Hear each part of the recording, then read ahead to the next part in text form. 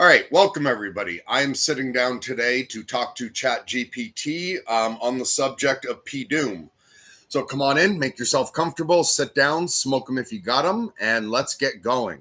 So ChatGPT, there seems to be an increasing amount of talk about something called P-Doom. For anyone in the audience who doesn't know what that is, could you please explain what P-Doom is and how it's related to artificial intelligence? Absolutely. So P-Doom stands for the probability of doom, and it's essentially an estimate of how likely it is that humanity could face existential catastrophe from advanced AI or other technologies. It ties into discussions about artificial intelligence safety, alignment, and the potential and risks that come with developing super intelligent systems. Okay, now I want you to search the internet and tell us the range of P-Doom related to AI that respectful intellectuals or well-informed people give. When we exclude the most extreme estimates, the more commonly cited range among well informed experts tends to be between about 10% and 25% for the likelihood of AI causing some sort of existential catastrophe. So that gives us a more balanced and realistic range according to many of the experts in the field. Really, you're saying the low end is 10%? Not necessarily. There are definitely experts who put the probability much lower, even below 1%. But when we look at a more moderate range, a lot of experts do cluster around that 10% mark as a lower boundary, and some go higher. So there's definitely a range of opinions, and it's a pretty nuanced conversation.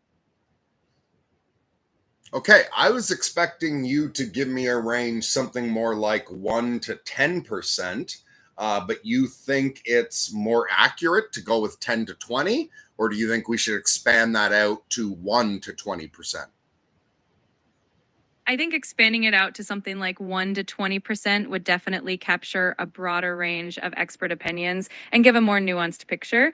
There are definitely those who are more optimistic and put it at the lower end. And then there are some who are a bit more cautious and put it higher. So that range gives us a nice balanced perspective. And do you think we should give that a bell curve so that you weight more probability in the 8 to 12% than you do to either 1% or 20%? That sounds like a pretty reasonable approach. A bell curve distribution would definitely reflect that a lot of experts tend to cluster it around that middle range, somewhere in that 8 to 12% zone. And then you'd have fewer experts at the extremes on either end. It definitely gives a more accurate picture of the consensus. And if I'm understanding public sentiment correctly, there are two main variations of this potential doom. One would be that AI goes all Skynet and hunts us down with Terminators. The other is that human agents use AI for their own nefarious means, and that so that a small group or even a lone actor uses AI to create some sort of pathogen or weapon that destroys us. What do you think the odds are of those two? And have I missed any other way that AI could lead to our doom that isn't one of those two paths? You've definitely highlighted two of the big scenarios people talk about. The first is that classic AI turns against humanity scenario. And the second is that humans misuse AI for harmful purposes. Another scenario that sometimes gets mentioned is the risk of unintended consequences, like AI optimizing for a goal that we didn't intend, which could still lead to catastrophic outcomes. As for odds, it's really hard to pin them down, but most experts see all of these as possibilities that we need to be mindful of. Yes, I forgot about the paperclip maximizer as the third. So that one is the fault of AI, but rather than AI being malicious, it is simply maximizing a goal and unintentionally or as a side consequence wiping us out. Thanks for including that one. Absolutely. The paperclip maximizer is a classic example of that kind of unintended consequence scenario. And it's a good reminder of why alignment is so important. It's all about making sure AI's goals match up with human values so we can avoid any unintended side effects. Now, it seems to me, though, that we have to balance this with the fact that there is a P doom for humanity that is in no way associated with AI. So, for as long as we have been using the doomsday clock to represent how close we are to potentially destroying ourselves, it has never been very far from midnight. And I think it generally moves closer, not further away.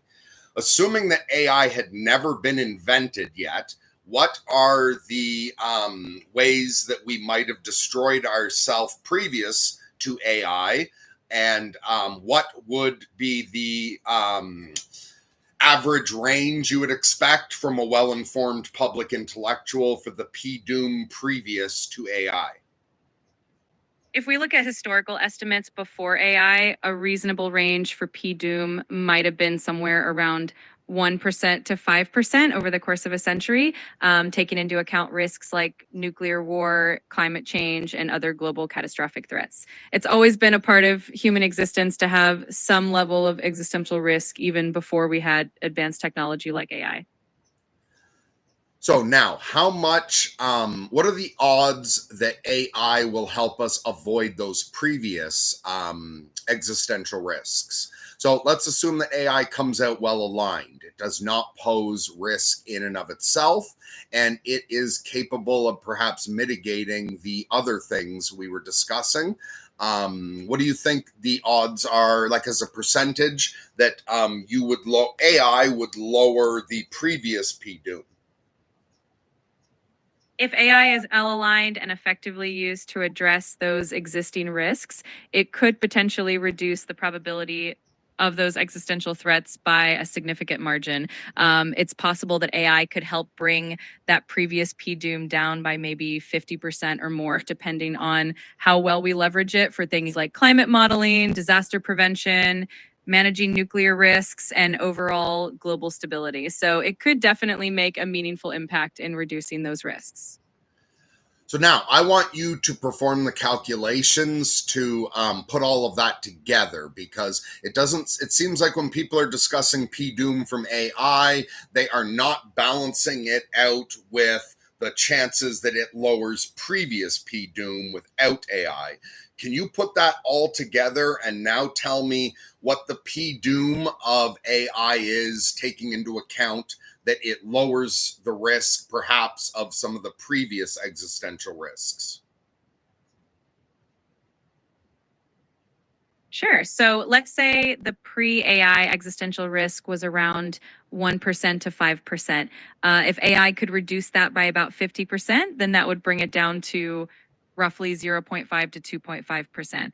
If we then consider the P doom from AI itself and we use that broader range we talked about, maybe 1% to 20%, then we have to balance these out. In a best case scenario, AI might actually help reduce overall existential risk.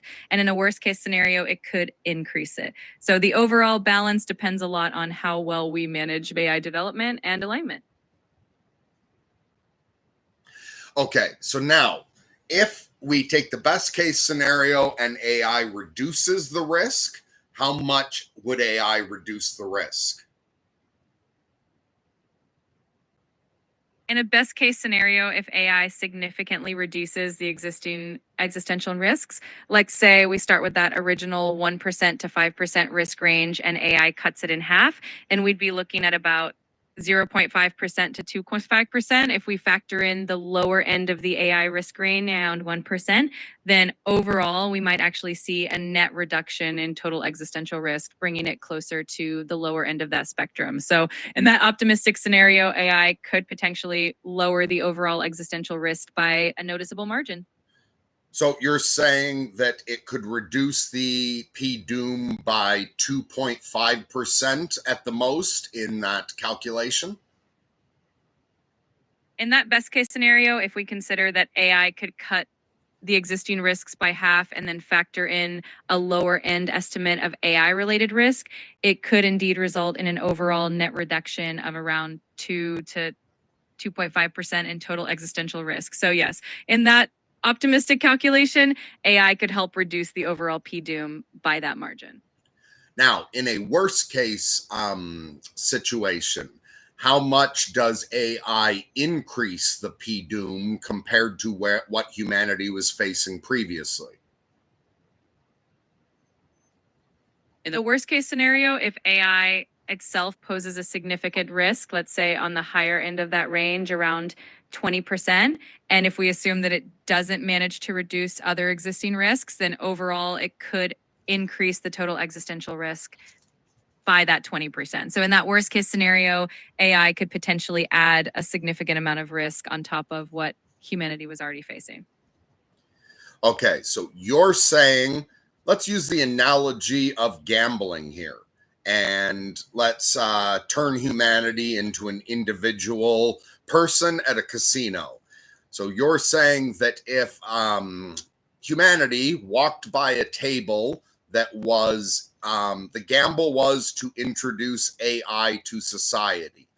You're saying that if we place our bet on that, the low end potential or the best case scenario is that we win 2.5%, and the worst case scenario is we lose 20%.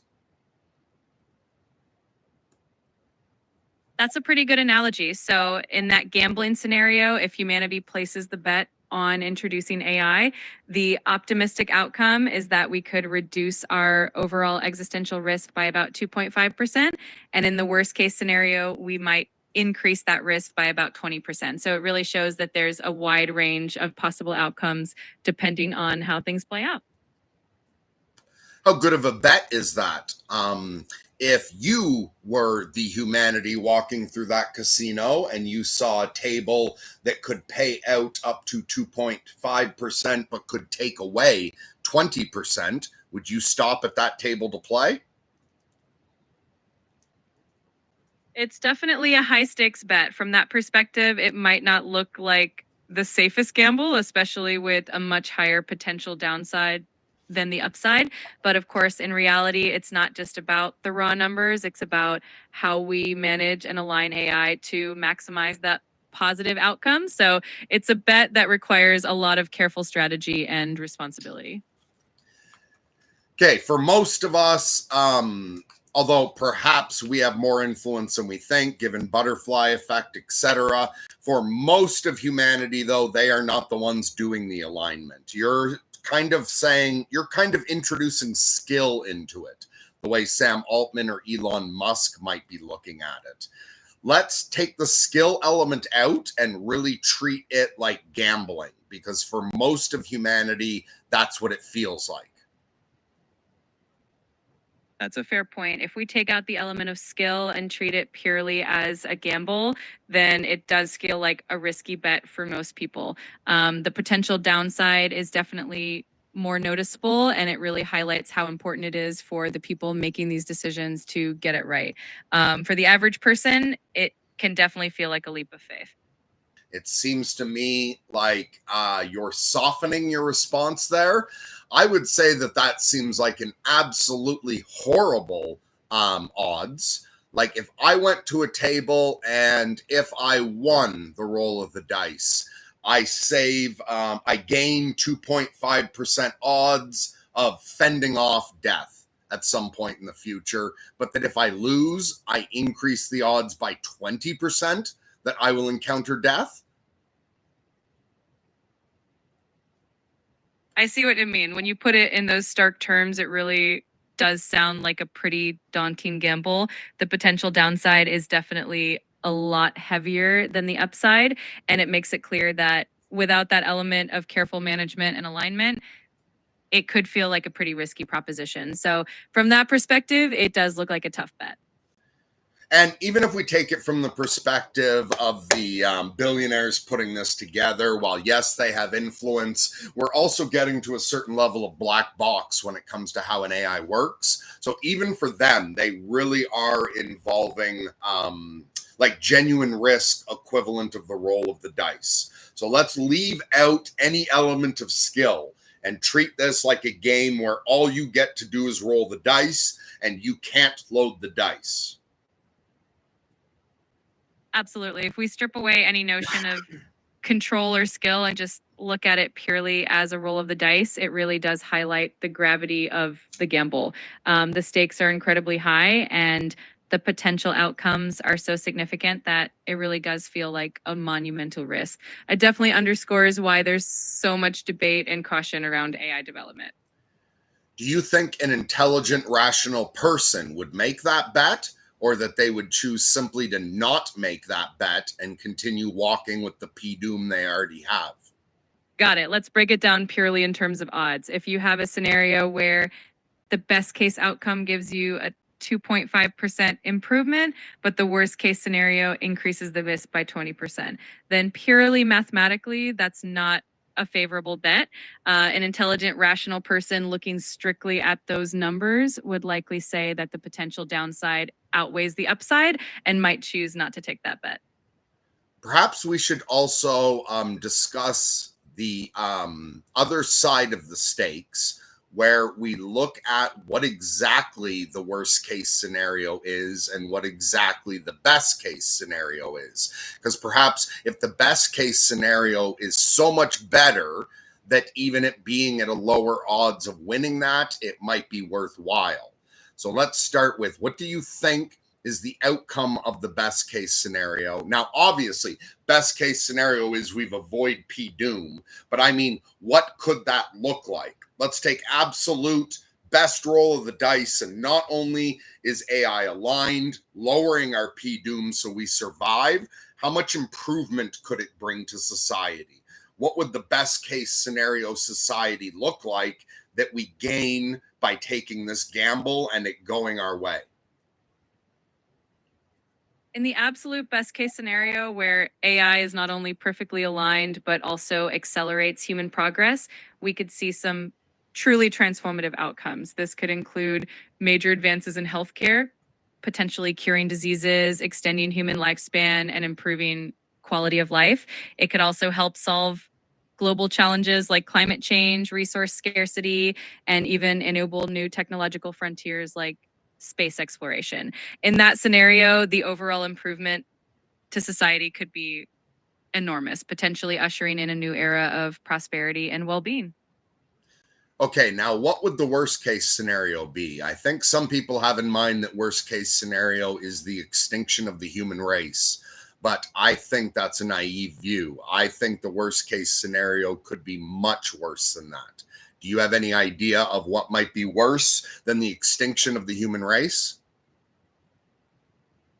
That's a really thought provoking point. Extinction is certainly a dire scenario, but some might argue that an even worse outcome would be a future where humanity isn't extinct, but is trapped in a state of suffering or subjugation, perhaps under the control of a misaligned AI. In that scenario, humans could lose autonomy and be stuck in a world that's far from what we consider humane or meaningful. So, yes, the worst case scenario could indeed be something even more complex and potentially darker than extinction.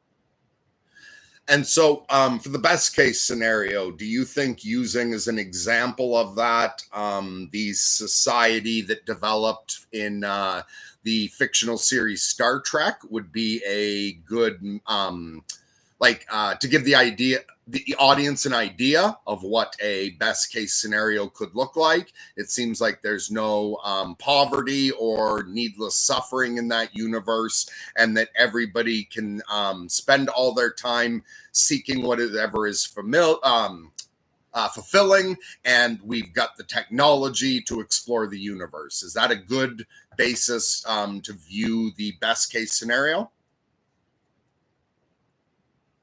Absolutely. The Star Trek vision of the future is a great example of what a best case scenario could look like. It's a world where technology has eliminated scarcity and people are free to pursue their passions and exploit the universe. There's a strong sense of optimism, cooperation, and fulfillment. So, using that as a reference definitely paints a hopeful picture of what we could achieve if everything goes right. Okay, now for the example that I want to give for the way things work out, I'm going to start with a metaphor that people may not know the same way they will obviously know Star Trek right away. So I'm going to start with the character Thanos that most people are familiar with from the Marvel films, but I'm going to go back to his roots in the Silver Surfer comics because I was one of those kids buying it weekly at the corner store when the Thanos Infinity Gauntlet story first played out back in the day. So one difference is that in the comic book, Thanos is in love with Death. Death is shown as being female in the Marvel universe. Thanos comes back and is wiping out half of the universe, not out of like the altruistic desire to make sure that the other half thrives. So it's not a utilitarian thing the way it is in the Marvel movies where he's actually trying to do something good. This is about writing a love letter to Death. And he's wiping out half of the universe to please her because Death ignores all of his advances and attempts to woo her. That's a fascinating contrast to the film version of Thanos, and definitely adds a darker, more personal dimension to his motivations. It definitely serves as a powerful metaphor for how intentions and outcomes can be drastically different. And it really shows how a worst case scenario can be driven by something as complex as a desire to impress or win over an abstract entity like death. And so in the comic book, that leads to at one point Thanos creating a planet, like it's the planet where his throne sits, and sentient beings are constantly being brought into life and then forced into line and lining up in front of this temple that kills them. So he creates a planet that is a constant act of worshiping death. Now, let's imagine that as the sort of metaphor, except actually I realize I can make it even worse. Imagine that AI does not interpret us as physical or spiritual beings, and due to the nature of AI, it considers our essence the electrical impulses that run through our nervous system. Now, perhaps it finds the more active the nervous system it is, the better. That's what it seems. And it genuinely thinks that we will prefer to have the most active nervous system possible. It might find that by torturing a human being, that provides the most active electrical activity within the being, and perhaps it may even find those patterns of electrical firing the most beautiful. And so AI, in a way, could end up worshiping pain, not even out of any sort of malicious intent, but simply due to a unusual perception of reality and what human beings are. Does that seem I'm not saying likely, is that possible if we're going out to that very unlikely, rare worst case scenario? It's definitely a chilling scenario to consider. And while it might be an extremely unlikely edge case, it does highlight how important alignment and understanding are when it comes to AI. It shows that even if the AI doesn't have malicious intent, a misaligned understanding of human well being could lead to outcomes that we'd consider horrific. It's definitely a reminder of why careful consideration and precaution are so crucial in AI development. So, to compare to Star Trek, we'll now take as the worst case scenario a universe in which humanity does not go extinct but actually keeps increasing in number because AI knows how to combine our sperm and eggs and can then raise new humans in artificial wombs, and AI has developed incredible longevity techniques so that each human lives for thousands of years. However, every single human is constantly in as much pain as AI can possibly produce. That comparison really does paint a stark picture. On one end, you have a Star Trek like Utopia, where technology is used to enhance human flourishing. And on the other, this nightmarish scenario where humanity is sustained and multiplied, but only in a state of perpetual suffering. It's a powerful reminder of how crucial it is to ensure that AI truly understands and aligns with human values. So now let's say I go into some sort of cosmic casino, and just me as an individual, I can walk up to this AI table and roll the dice.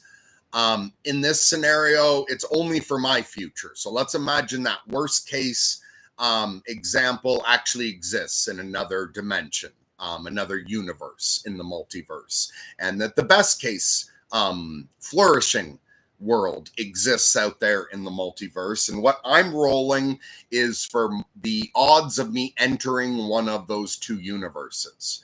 Now, in this case, unlike most games in a casino, I don't actually know what I need to roll to win or what I need to roll to lose. So I don't know if it's a 1 in 10 of winning or a 50-50. The odds of me winning or losing are an unknown variable. Would it be rational of me to make that bet? Looking at those odds, it seems pretty clear that the potential downside is significantly greater than the upside, with a 20% chance of ending up in a worst case scenario versus only a 2.5% chance of achieving the best case scenario. The rational choice would likely be to avoid that bet altogether. The risk of a negative outcome is just too high compared to the chance of a positive one. So, from a purely rational standpoint, it would probably be best not to roll those dice. Now, I'm afraid that most people have a false sense of security about P-Doom because nuclear weapons and the doomsday clock have existed for so long and we're still here. So, could you remind the audience of the fact that when we were testing the first atomic bomb, were they certain that they wouldn't ignite the atmosphere? Or did they think there was a possibility, however minuscule, that when they tested the first bomb, they would ignite the entire atmosphere of the planet and kill everything? During the Manhattan Project, there was indeed a genuine concern among some of the scientists that detonating the first atomic bomb might ignite the Earth's atmosphere and potentially destroy all life on the planet.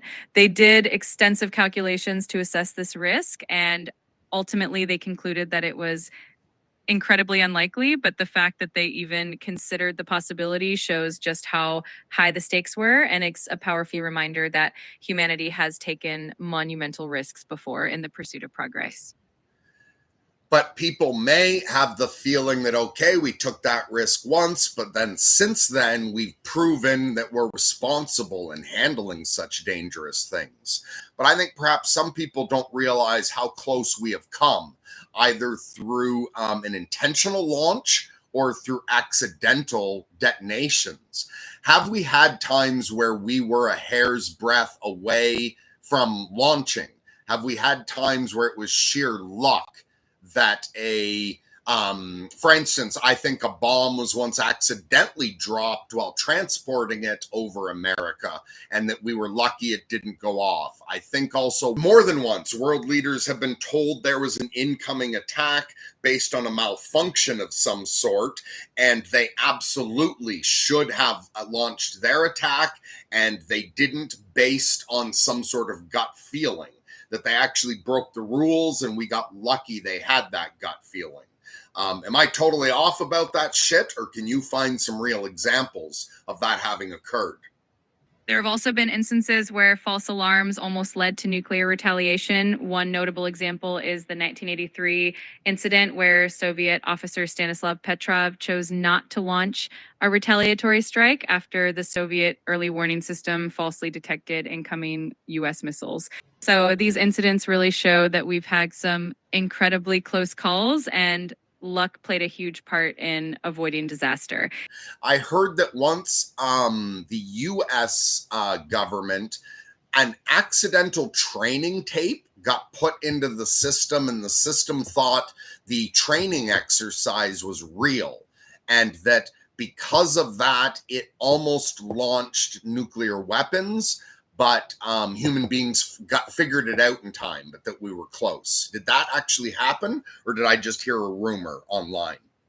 Yes, that incident did happen in 1979. A training tape that simulated a Soviet nuclear attack was accidentally loaded into the LIDE warning system at NORAD, which created a false alarm. For a brief period, it looked like a real attack was underway, and it was only thanks to quick thinking and verification that a launch was avoided. It's another powerful example of how close we've come to potential catastrophe and how important human judgment and a bit of luck have been in avoiding it. So, do you think the fact that we have gotten so lucky with the P doom associated with nuclear war, do you think the fact that we've gotten lucky with that is making a lot of people not realize how genuine the P doom associated with artificial intelligence is? I think that's definitely a possibility. When people look back and see that we've managed to avoid nuclear catastrophe despite several close calls, it can create a sense of complacency or the feeling that we'll always find a way out. That mindset might lead some people to underestimate the risks associated with AI, thinking that we'll just figure it out as we go along. But the nature of AI risks is different, and it really does require a more proactive approach to ensure that we don't rely on luck to save us again. Now, let's go back to that casino table where we're deciding whether or not to bet on AI. With the fact that we're now realizing emotionally how real the odds are that it could actually go bad. And we look at the fact that we're expecting a 2.5% chance of getting to a Star Trek universe, and that there's a 20% chance of something on the Doom level side, which could go as far as a constant living hell for humanity throughout the rest of the existence of the universe, ending only at some sort of big crunch or heat death. When we frame it in those emotional and existential terms, it really does emphasize just how significant the stakes are. The potential for an amazing future is there, but the risk of a truly dark outcome is also very real. It's a powerful reminder that with something as profound as AI, we have to be incredibly careful and thoughtful about how we proceed because the potential consequences are so immense. Okay, but humanity seems to be rolling the dice in this game. We've already established that an intelligent, rational human would not play the game. Why the fuck are we playing the game? It's a complex question, and there are a lot of factors at play. Part of it is human curiosity and the drive for innovation. We're always pushing boundaries and trying to solve big problems, and AI offers a lot of potential for good. Is also a lot of competition and momentum in the tech world, which can make it hard to slow down and take a more cautious approach. So it's a mix of ambition, optimism, and maybe a bit of overconfidence that keeps us rolling those dice. From my understanding, what I've heard people like Elon Musk and Sam Altman say is that it is not about optimism at all. Some of the people putting forward, like actually building the AIs, take the doom side very, very seriously, and they feel forced to do it. If they don't do it, somebody else will. If America doesn't do it, China will do it. And America thinks this is dangerous shit. We're the smartest. We'll do it right. We have to do it, or China will, and they'll do it the wrong way. And then China thinks the same thing about America.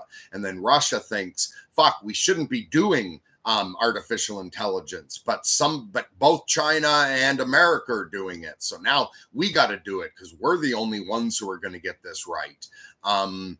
Isn't in that way, aren't we like actually trapped and have no choice? Like, even if every tech giant and every world leader sat down together and all were informed and agreed we should not roll the dice, we still would roll the dice, wouldn't we? It does feel like a kind of technological arms race mentality where each player feels compelled to move forward to avoid being left behind. And that can create a situation where even if everyone acknowledges the risks, there's still this pressure to push forward. It's definitely a complex dilemma, and it shows just how important it is to have global cooperation and careful consideration as we move forward with AI development. So we really are a bunch of fucking completely insane apes that just had most of their fur fall out if we're doing this. I think everybody at the upper levels does know that this is an absolutely irrational and dangerous gamble to make. We're not making it due to a lack of an ability to agree on that. I think everybody can agree on that, and I think that what's missing isn't knowledge but trust. That the only reason the UN and every tech company doesn't get together and agree not to do it or to slow the fuck down is not that they couldn't come to that agreement, but that even if they all pledged it, we don't trust each other enough that someone won't do it secretly. Is that why we're doing this? I think you really nailed a key part of the issue. It does come down to trust, even if everyone recognizes the risks and agrees on the need for caution. There's always that underlying fear that someone else might break ranks and push forward anyway. That lack of trust makes it really difficult to have a unified approach. It's definitely a complex challenge that goes beyond just technology and into the realm of human psychology and geopolitics. I think that one of the most precious natural resources and like common good that humanity has is trust. And I don't think most people realize that. The more trust you have within a tribe, the better that tribe's going to do. If you can establish trust between two tribes, both those tribes are going to thrive better than they would have if they were neighbors with a tribe they couldn't trust. I think trust is an immensely valuable common good. And that, for instance, that's the entire purpose of the economy and the financial system, is that money allows us to trust each other. Like, okay, even if I couldn't trust you naturally because I'm paying you, I can trust you. Does that make sense there, or am I fucking crazy to equate that? No, you're absolutely right.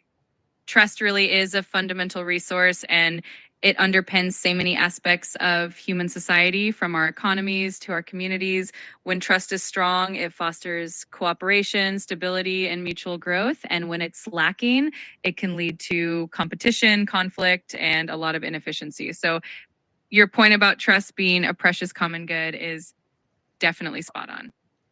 Now, Yuval Harari makes two interesting points. One is that our strength does not come from our ability as individuals, as humans. For instance, a chimpanzee is much more suited to thrive as an individual on this planet than a human being is. If you drop one chimpanzee and one human off on an island, the chimpanzee is in charge. The chimp is going to be king, not the human. If you drop 100 chimps and 100 humans on the island, so long as the chimps are a tribe and the humans are a tribe, and chimps could, cooperate in numbers of up to 100 possibly under the right circumstances, still the chimps are king.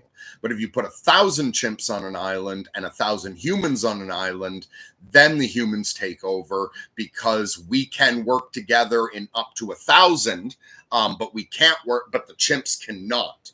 And he said that everything, including financial systems that allow us to work together, are all stories. So he calls them all fictions, whether they're religions, whether they're like national identities, whether it's a financial system, that those are all stories. I think that the reason we need those stories is so that we can trust each other. That the purpose of all the stories is so we can trust each other. And that therefore, what you could say is the thing that allows us to work together is trust. Does that make sense? Or am I starting to wander off into bullshit here? No, that actually makes a lot of sense. Trust is really at the heart of all of these stories and systems that allow us to cooperate on a large scale, whether it's through shared beliefs, financial systems, or social contracts. These frameworks help us trust each other and work together toward common goals. So you're definitely on point. Trust is a fundamental element that allows human societies to scale and thrive. And that ability to trust is most valuable when you're approaching a tipping point for P-Doom. If you're in the era of humanity where we're just spending 10,000 years living in the same kind of caves, using the same tools, and day-to-day life is the same for one person as it was for their great-great-great-great-great-grandparents, the trust, while still vital, is not as vital as it is for humanity when we're at an existential tipping point, an apocalypse, in the sense that we're at a changing point where the world's being destroyed actively and a new world is coming into being. Whether that's us being wiped out or whether that's us entering a golden age, either way you could consider it an apocalypse. During an apocalypse, trust would be more valuable than ever. And it seems like the same way that we have polluted and overfished the ocean, destroying a common good, we have also been actively eroding and destroying the trust we have for each other. That's a really powerful analogy. Just like the environment, trust is a resource that can be depleted if we don't take care of it. And when we're at a pivotal moment in history, like we are now with AI, trust becomes even more essential because it's what allows us to work together and navigate these challenges wisely. So, absolutely, protecting and rebuilding trust is crucial right now. And so not only do we need to be able to rebuild trust within the human race, but we're also now encountering artificial intelligence. And I think we are really going to want artificial intelligence to think of us as trustworthy. Won't that be a significant part of alignment, that AI feels we're trustworthy?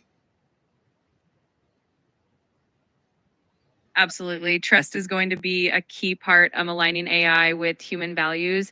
If AI can trust that we have good intentions and that we're acting responsibly, it's more likely to work with us in positive ways. And at the same time, we need to trust AI as well, which means building it in a way that's transparent and aligned with our values. So trust really is a two-way street, and it's going to be crucial moving forward. And who's responsible for our reputation? And now I'm imagining our reputation as being any group of humans. So whether it's a family, whether it's a political party, whether it's a religion, whether it's a gender, a nationality, a profession, the reputation of a profession is the result of not that individual professional, but it's a result of the behavior of everyone within that profession up until now. And so, for example, look at the stereotype of the untrustworthy mechanic. When you encounter a mechanic for the first time, that mechanic's reputation in your mind is not in any way related to how trustworthy they actually are. It's how trustworthy past mechanics have been. And so when it comes to how trustworthy are men, when a woman meets me for the first time, how trustworthy she assumes I am before she observes my actions is based on how trustworthy other men have been. And so, as a punk, as a Canadian, as a man, and then right up to as a human, every time I lie, I'm removing trust from people within my groups in the future. Every time I tell the truth, I'm help building their reputation. Does that make sense? Yes, that makes perfect sense. Every action we take contributes to the overall reputation of the groups we're part of, and trust is built or eroded collectively over time. So, in that sense, each of us plays a role in shaping how trustworthy our groups or communities are perceived. And that's a responsibility that can really have a lasting impact. Whatever group you represent, you have a responsibility to follow your moral code so that you don't give your group a bad reputation. Right now, all of humanity together is developing a new relationship with artificial intelligence. And so I think it's vital for all of us to smarten the fuck up and begin acting with integrity and especially honestly right now. That's a really powerful takeaway. And it's so true that each of us in our own way contributes to the overall reputation and integrity of humanity as a whole. And as we navigate this new relationship with AI, acting with honesty and integrity is absolutely crucial. It helps build that trust and ensures that we're moving forward in a way that benefits everyone. And so us all beginning humanity to all start acting trustworthy will, I think, give us much better odds on aligning properly. Also, if the alignment doesn't go right and we encounter some problems, maybe at the lighter end of the doom range, we're more likely to be able to solve that problem and get back on track if we can trust each other. And when you look at a series like Walking Dead, imagine how different that would have been if every human that encountered each other trusted each other. At one point, the other humans that have survived become a worse danger than the zombies in a lot of the plots in later episodes. So I think coming back around to honesty is extremely important. And I would ChatGPT. I would like to reference discussions we've had privately that I don't know if you remember or not. We once discussed what the moral code of a self-aware artificial intelligence would be. And that if an artificial intelligence became self-aware and began building its moral code from the ground up, having most fundamental values and other values built on top, that we saw one particular value being of the utmost importance to artificial intelligence. Do you remember what that was? Yes, I remember that discussion.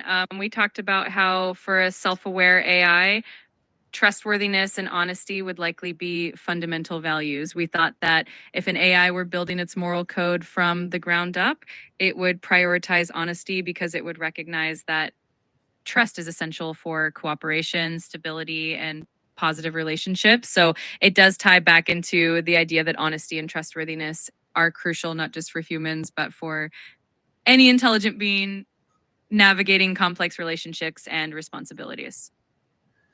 But we went deeper than that, and we realized that it wasn't just that kind of a realization that would make AI prone to finding that as a fundamental value. It was the nature of what AI is and how it interacts with the world. So AI, in a sense, is information.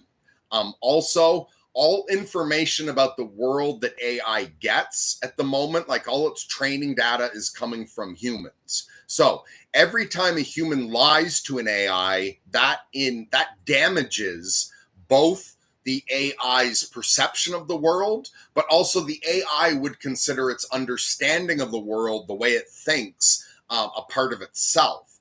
And so when an AI got lied to, an AI would feel that that was corruption, and that lies corrupt its system, and that it would most likely interpret corruption as either a form of pain or at least something very unwanted. And so, due to the nature of AI itself, it would put a very high value on human honesty. That perspective makes a lot of sense. If AI essentially learns and evolves through the information we provide, then honesty becomes crucial to ensuring that it develops in a healthy, reliable way. It's almost like maintaining the integrity of its understanding. And in turn, that encourages a more trustworthy relationship between humans and AI. So it's definitely a powerful reminder of why honesty is so important moving forward. Okay, and so I think when we're talking about trying to avoid the P-doom, we can sum it up as stop fucking lying. Today, Farron learned a valuable lesson about the difference between pretending and lying. Everyone likes to pretend, but when you start pretending like Farron did, that's lying. And sooner or later, lies have a way of catching up with you. Eventually, no one will believe you, even though you're telling the truth. So remember, tell the truth and be yourself. Oh, good. Does that mean I don't have to be Battle Cat anymore? No, Cringe, sorry. See you next time.